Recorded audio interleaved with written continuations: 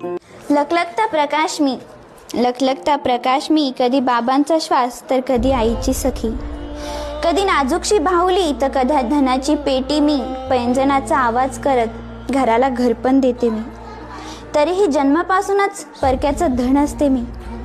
सप्तपदी चालून बनते कुणाची अर्धांगिनी मी, नव नात्यांना आपलंसं करत स्वतःची ओळखही पुसते मी,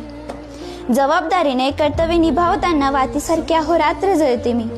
तरीही भरल्या घरात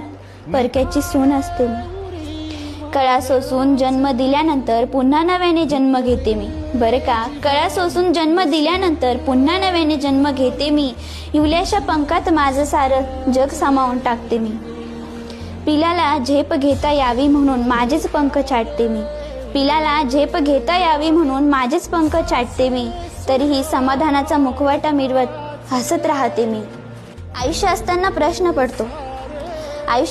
प्रश्न पडतो नक्की कुणाची कोण असते मी, सांजवात साक्ष देता उमगते